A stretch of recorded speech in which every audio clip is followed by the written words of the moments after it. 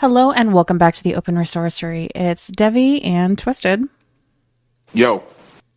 And today we are going to be talking about ritualizing routine. So this is something that has been lingering in the back of my mind and apparently in the back of your mind as well for quite a while. Because for the last several weeks, it has been a nonstop motion, in a sense, to simplify. Simplify. Just simplify everything. Ritual is everything. You do not have to specifically sit and, do a 20-step process in order to invite the divine into your life or into your day, invite any kind of spiritual contact into your life or into your day. I think the over focus on, those types of things like LBRP, LIRP, things of that nature is really damaging because it makes it seem like there's a barrier to entry in a sense when no the fuck there isn't. I see what you mean. I definitely agree. Like, for myself, right? A lot of things, when it comes to that example you named of like the cornerstone thing of the Western magical tradition of the LBRP or the LIRP, right? Mm-hmm. It's, to me, it is something that is done so of an orderly process, but it's a particular orderly process and can serve as a template and work for a good amount of people. But for you and I, that's not how we go. That's not how we jive. That's not the only path to the divine and all that sort of thing.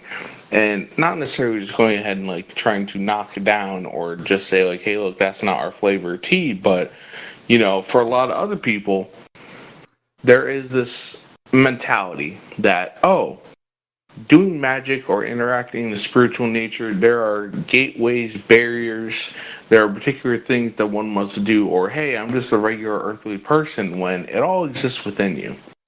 And, it is something that you can tap into at any given moment in time. It's just more so your perspective, your knowledge, your comprehension, and understanding that you are in fact able to do so. And to your points that you've already made of like ritualizing routine and different, you could say, regular or mundane things that one can do, you can go ahead and, like, for example, I'm sure you're probably going to go ahead and bring this up, even though we didn't necessarily discuss the details, but like going ahead and taking a shower or a bath and having the intention of not just, I'm getting, like, mud, dirt, muck, and grime off my body, so I'm going ahead and feeling and smelling all fresh and clean, but also, like, energetically speaking, going ahead and getting rid of that particular muck and yuckiness from the other bodies or other layers or aspects of yourself. And by all means, if you have any expounding on that particular one or anything else comes to mind, go ahead. Oh, absolutely.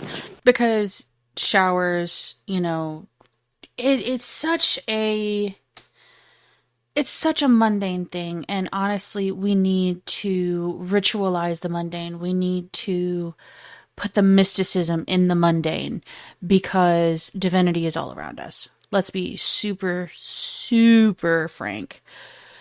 Yes. Whenever you are taking a shower, you are removing things from you that you don't want there. But what are you also doing? You are washing yourself, and so you're putting something maybe scented on you. You are trying to, and we could draw back to like glamour magic for this shit here, because you are trying to invoke a certain feeling in the senses. You are trying to bring a certain feeling or emotion about, or a perception. Whenever you are taking care of yourself in these little bitty mundane ways, you can ritualize the shit out of it. Ritualize the shit out of it. Fine. Which god or goddess or whatever do you really jive with? Which spirit are you just like, yeah, we're gonna work on that. Especially if you're working on self-love. Is it an angel? Is it a god? Is it a goddess? Who are you working with? Who are you working with? Yes. And every day, every fucking day, and I'm like super hype on this at present, just because this has been on my mind for weeks. Whenever you are working with them, invoke them in the shower, invoke them in those really sensitive, almost intimate type moments. They're not necessarily going to like sexualize you, because that's not what gods and goddesses do, unless you're Zeus. But why would you be invoking that thing in a shower in the first place? Right with that one. But, let's not do that. Outside that particular example. Like, don't do that one. But then again, I think he could look at an apple and get a boner. So that's a problem with him. Oh, yeah.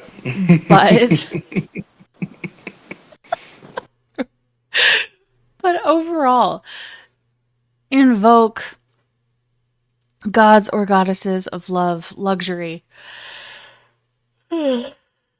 self-care, healing, anything, something that you want to really put on yourself for that day. Are you looking to have more success?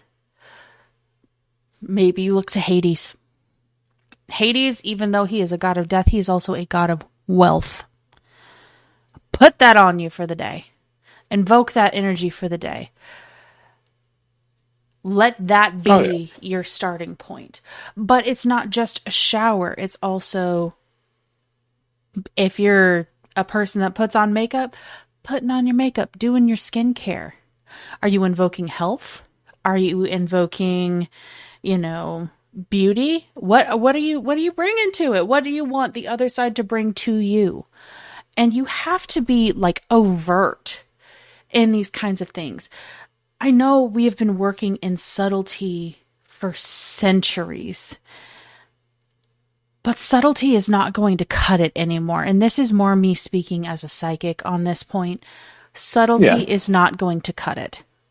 You have to be overt. Closed mouths don't get fed. If you don't state your intention, it will die in silence. Ritualize your routine. Figure out who you're working with. If you're working with anybody. If maybe you're just working with a concept of self and you are invoking these feelings out of yourself like you are a font of everything. Do that. Do that. Oh, yeah. I don't care. Do that. Oh, yeah. And to support that point, like, you know very well that when it comes to magical endeavors, you say closed mouths don't get fed. I am myself am primarily someone who, when it comes to magical actions, like to do invocation by actually speaking things out loud. In my own particular, you could say, like, either, like, it's a multi-step process or just generally speaking, putting something out there. And I very much agree with you on that, as well as whether it just be, like, and talking about glamour magic and wanting to go ahead and, like, you went ahead and provide the example of putting on makeup and all that sort of thing to go ahead and have as a, I guess you can say how do I put it? A mask in a sense, but more so of like, hey, look, you know what? This is what I want to draw to me. I'm trying to think of how to phrase it properly, but you get what I mean. And when it comes to glamour magnetize, magic, yes. There you go, magnetize. Thank you. When it comes to glamour magic, that's something you've talked about previously. I'll put a link in the YouTube posting of this to go ahead and, for those who wish to listen to it, more so outside of this context. But, overall, right? Like, another example I can think of that comes to mind of, like, ritualizing something of a routine or regular nature, and this actually ties in something else you've spoken about offerings, right? And when you're preparing food. So whether it's for venerating a deity or, an angel or elemental or something that you're working with, something you wish to commune with, share energy with, show appreciation to, or anything like that. Or even if it's not in that sort of manner, in the preparation of food, and not necessarily as an offering to something outside of yourself, but an offering to your own higher self or your own spirit or, the other aspects of you, going ahead and pretty much having that intention in either stating it mentally or, once again, as we're both advocating for here, in a sense, speaking it aloud and saying, this food that I'm preparing, I want this to nourish me, not just physically, but energetically and all that sort of thing. And or, once again, if we're tying into offerings or communing with other manners of divinity, one saying, hey, look, I want to dedicate this meal or share this meal with whichever deity it may be. You mentioned a couple of deities already, or what have you, of from the Greco-Roman pantheon, but you go ahead and say, like, hey, look, I'm eating, you could say, I'm trying to think of a pizza, for the hell of it. And, like, on pizza, there tends to be cheese and all that sort of thing, so whatever deity is associated with cheese. Or, the list goes on, and I can name different examples. But you get the point of, like, that is another aspect of taking something simple and you can add extra boost to an extra layer and all that. Absolutely. Gaia. You can do that with Gaia. If you're doing something with vegetables, I just came to mind and all that, but please continue. Or Demeter with anything that's bread or grain related. Please, for the love of God. Oh, yes. People, please honor Demeter because she is a badass and we need her and she's amazing. But overall, like, ritualizing, making your motherfucking cup of coffee in the morning. Oh, yes. Are you ritualizing it? Are you stirring your coffee counterclockwise to remove energy from you, clockwise, and then saying a blessing over yourself for drawing in specific energies? Like, these are very, very, very simple things that you can do. These are things that I have started training myself to do on a daily basis because I was not ritualizing my routines. I was not doing so. You know what I've started doing? In the morning. What is that? So I have my altar set up. Here. I go and I take my shower. And as those that have seen my little short that I had on TikTok, the epiphany moment of everything that falls away from me takes with it negativity. So every hair that falls out of my head as I'm washing my hair, or like as I am scrubbing, my body and getting the dead skin cells or dirt or whatnot off, I am chanting that in my mouth, like it's in my mouth. I'm just saying it. Everything that falls away from me takes with it negativity. And everything that comes to me brings with it positivity. And I'm just stating it. It's like an affirmation, but I think it's a more involved affirmation in a sense. But what I've started to do is after my shower, because I like to get up early enough that I don't have to rush, because I hate rushing. I don't like lateness. Don't be late. But I will sit in front of my altar. I will light me an incense and I will put on lotion as a way to be present with my altar. I'm lighting the incense. I'm giving the offering. I'm giving my thoughts, but I'm also honoring myself with self-care, taking care of my skin, taking care of my body as this way to commune with myself. Because my altar is to my higher self. My higher self is a part of me. Of course I'm going to honor me. I'm going to enjoy my incense. And I'm going to enjoy the shit out of my lotion. Abso-fucking-lutely. But doing it in a way that's evoking that mysticism. That's evoking the magic within yourself. That's honoring it. Yeah. And to that, it's honestly just the difference between, I guess you can say, sleepwalking through life and being more so aware and conscious and intentional with the things that you do, you know? And that is something that, as time goes on, we're all at different stages of our lives, regardless of what age we happen to be and all that. It takes some people quicker to realize that, hey, look, you know what? There's more going on than meets the eye in a physical sense. It takes some people a bit longer to do.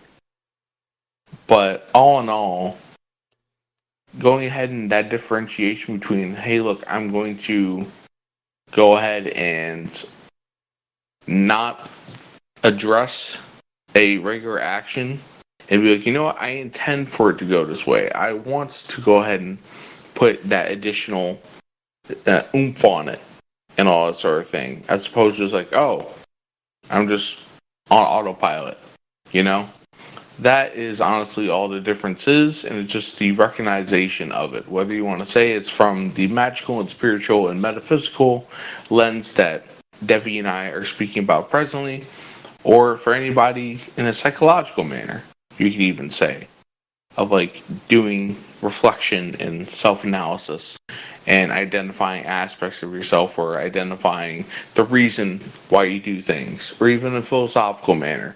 The bottom line being is that in wanting growth and evolution for oneself and being able to become a better version of yourself, it takes that actual approach of recognizing and noticing the details, the particular things, not overthinking in the sense of like to where you're going ahead and having what I know you have labeled quite a bit and I've heard just a lot over time of analysis paralysis. Mm-hmm. We're just going ahead and, adding that additional thought as opposed to where no thoughts may have been given and all of that and taken for granted. And what is the particular phrase that before we went ahead and hopped on this topic that you felt like is more so like, important to go ahead and do? What was that particular phrase? What is it? The simplicity in magic? Oh, well, yes, but more so like a thing that you advise for people to do that kind of relates to the ritualizing routine in regards to the flowers and such. Oh, yeah, I'm gonna be that old lady and say, stop and smell the motherfucking roses. Yeah, I'm absolutely gonna be that old lady. And it's funny, as we get older, as we have more experience, we actually find renewed meaning in these older phrases and things of that nature. Stop and smell the roses. It may say to you at one point in your life, enjoy the little things. It may say slow down at another point in your life. At this point, what this is screaming is want to smell the roses. Do it with purpose. Every action that you take has purpose. Make it purposeful. Bring it in, because it can work wonders for you.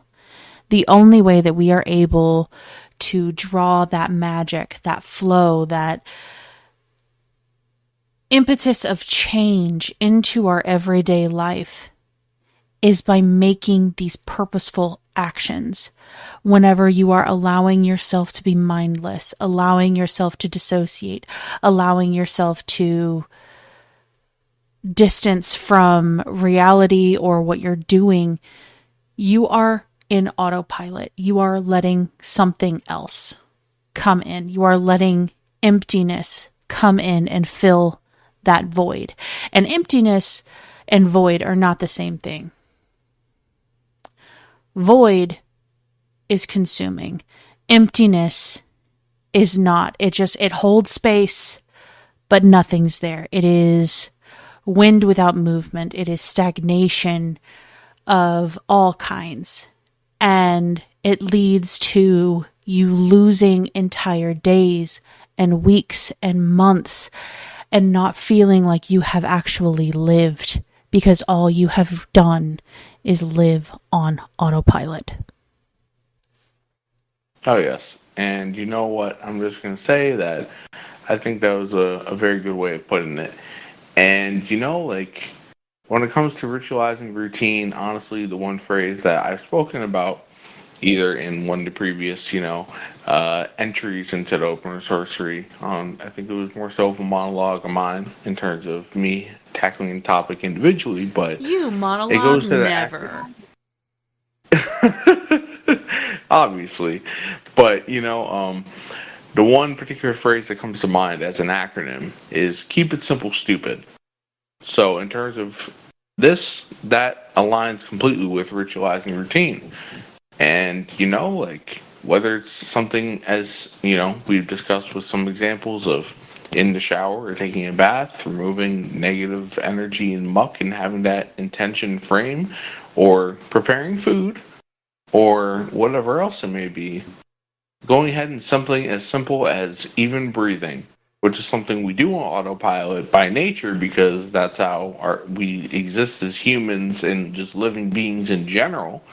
But you can go ahead and just while breathing or taking a moment out of your day, you can go ahead and in the rhythm of your breathing, you can go ahead and just envision taking light from above, whether it be golden light or white light, whatever you deem is appropriate in that visual for yourself, or any other color on the spectrum that you associate with a certain characteristic or trait or intention. And you can go ahead and allow that to come down and fill you up with each breath that you intake. And then, of course, you hold, you exhale, you hold again, and so on and so forth. And what I'm referencing here is the very simple practice of the fourfold breath, but it's not necessarily something you have to particularly sit down for. You can do it while doing other regular tasks, but that is just another simple thing of ritualizing a involuntary action that you do, or that we do as a whole, as humans, living beings, and so on. Absolutely. Ritualize your life. You are a magician, damn it. You are magic. You are a witch or a magician or a practitioner. Or a wizard. You're a wizard, Harry. You're a wizard, Harry. No, but you are literally the writer, the author of your own story. Romanticize the shit out of it. Ritualize the shit out of it. Because you have to come to consciousness. The ritual, you know what it does for you? It brings consciousness and action into that area of life.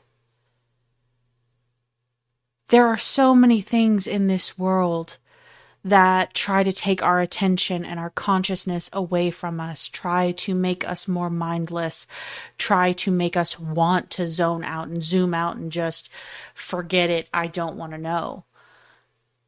You're here on this pursuit for a reason. Even if the reason is just to exist. You're here for a reason. Yep, we are here for reasons. And, to go ahead and put a particular label on, I guess you can say, of just general escapism and the various means and manners that are being promoted to us, the influxes of trying to grab our attention, go ahead and continually do so, like whether it's becoming zombie-like, watching TV, or scrolling through TikTok or YouTube Shorts, or all the different low informational articles out there with catchy headlines. And obviously we're talking about digital things, but there's also things when it comes to physical advertising of, billboards or, advertising for, go ahead and buy one, get one free when you're driving by a store or something like that. And taking your attention off of whatever it is you're doing and you get distracted and you go impulse buy. The examples are endless in this modern world, especially here in the West, in terms of how it relates to Devi and I, and many of those who happen to be listening. And obviously, this is not just something exclusive to the West. This is something that has become a worldwide phenomenon of just commercialization. But the bottom line being is that there's a difference between being on autopilot and succumbing to these sorts of things and all of that, as opposed to, while you may play into it to some degree, or not at all, depending on how you wish to live your life or how aware you are and how you are living your life, going ahead and adding that manner of awareness and intent and conscious interaction with what it is you do and how you want to develop, how you want to grow in whatever areas of your life, whether it be a particular manner or just overall. Absolutely, and I'm going to reference back to The Power of Now. I fucking love that audiobook. Yes. I fucking love that audiobook. And I will say it again. I fucking love that audiobook. Yes. Something that we've recommended before in our book recommendations, something that we've gone ahead and discussed with our previous guest and friend, Bodhizen. And I can put a link to that conversation as well in the YouTube posting of this. But yes, just being present. Being present. Being here and now. And all that. Your presence, your attention, your intention is magic. Period. The end. When you give that away, you are giving away your magic. But when you take it for yourself and you use it for yourself, that's where we actually start to evolve. And so I invite you, with open arms, evolve with me. And I will go ahead and agree. And you know what? Take Debbie's invitation, take that prompt, take that incentive, and I say, whoever happens to listen to this, roll with it. And whatever means and manners you may think of for yourself that are appropriate or beneficial, obviously here on the channel or whatever platform you happen to be listening to, whether it be on YouTube, Spotify, through TikTok, or whatever else, go ahead, and we have a variety of topics and manners of which to approach it. But even so, outside of what we can go ahead and finger point you to, just think to yourself, have a brainstorming session. What can I do to take a more so conscious and aware approach to the activities that I do within my life? Whether it be things that we mentioned, including food preparation, cleansing oneself, hell, cleansing your space by cleaning, around the house and the kitchen, or sweeping, or anything like that. Or something as simple and automatic as breathing. That in itself does not necessarily have to be a mindless activity, even though it's involuntary. No, nothing has to be a mindless activity. You can even focus so much that you focus on your pulse. There have been studies, there have been people that were literally able to control the entirety of their blood flow with their mind because they were able to get to that point. Think about that.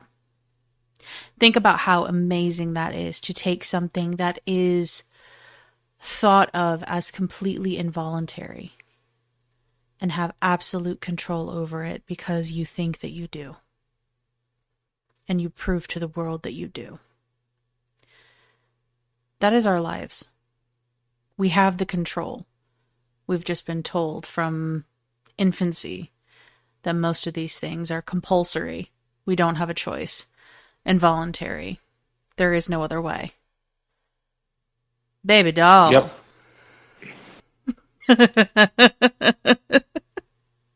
There is always another way. Case. Yep. But I think we've rambled on enough. Oh, yeah. But obviously that's what we tend to do. And that is the reason why we both click, and the reason why, whoever happens to listen is interested in us going ahead and doing so for the amount of time that we've been going ahead and doing this for, and into the future of us going ahead and having open sorcery. But yes, I very much agree. We went ahead and we ran the gamut. We could continue to provide examples, but those listening get the gist. And with that, all I got to say is my last point is just like the acronym that I've used before. Keep it simple, stupid. Absolutely. KISS. Intention is everything. Yep. Simplicity is best. If you're overcomplicating it, you're not in it. Just like a recipe that has so many freakish steps in it. If you're overcomplicating the recipe, I can almost guarantee you're not enjoying putting it together. I have seen bakers putting together those little cream puff towers with the caramel on them, and they're all stressed. Don't make your life a cream puff tower. Don't overcomplicate it. Intention is great, but keep it simple, stupid. Yep. You can strive for going ahead and being excellent at something, but you don't gotta do it all the damn time. No. If you want to go ahead and try to make a cream puff tower, don't make a cream puff tower all the time. Just do it every so often. Or do it when you get the inspiration, the impetus. But when it comes to every single moment, every single day, you don't gotta stress it. No, definitely not. But this has been Devi and Twisted on the Open Resorcery, and we will see you guys next time. Have a good one. Stay frosty, Neguses. Peace.